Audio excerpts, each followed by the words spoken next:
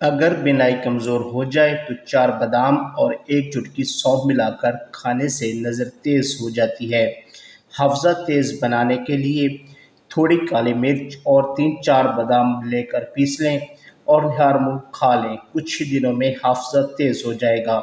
اگر آواز بیٹھ جائے تو گڑ والے چاول پکا لیں اور رات کو خوب پیٹ بھر کر کھا لیں اور اوپر سے 2-3 گھونٹ گرم پانی پی لیں۔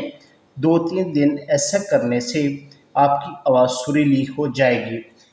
یہ بہت ہی آزمودہ اور نایاب ٹوٹکا ہے۔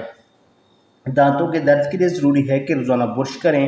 اگر کسی ایک دانت میں درد ہے تو ادرک کا 1 ٹکڑا یا لونگ دبا دیں تو درد ختم ہو جائے گا۔ 1 تولا دھنیا لے کر پانی میں جوش دے لیں، پھر اس پانی سے اچھی طرح کلیاں کریں تو دانت کے درد کی وجہ سے ہونے والی سوزش ختم ہو جائے گی۔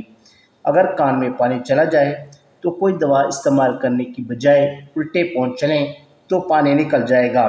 دبلے افراد روزانہ 10 انجیر کھا کر اس بیماری سے نجات حاصل کر سکتے ہیں اور صحت مند اور موٹے تازے ہو سکتے ہیں۔ پھل کھانے کے فوراً بعد پانی نہیں پینا چاہیے ورنہ گلے کی خراش ہو جائے گی۔ اگر گلے میں خراش ہو جائے تو بیری کا چھال 135 گرام اور انار کے چھال 35 گرام 1 لیٹر پانی میں ابال کر چھان لیں اور اس پانی سے دن میں 2 سے 3 مرتبہ کلی کریں۔ انڈے کی زردی اور تل کو کوٹ کر مکس کر لیں، پھوڑے پھنسیوں پر لگانے سے یہ ختم ہو جائیں گے۔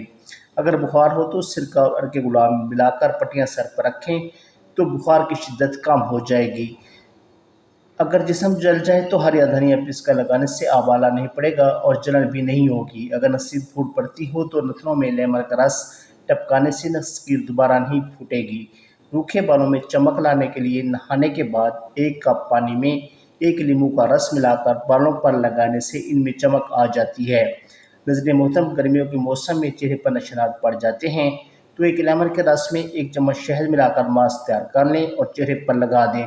10 منٹ بعد چہرہ دھو لیں تو نشان ختم ہو جائیں گے اور آپ کا چہرہ صاف، شفاف اور چمکدار ہو جائے گا۔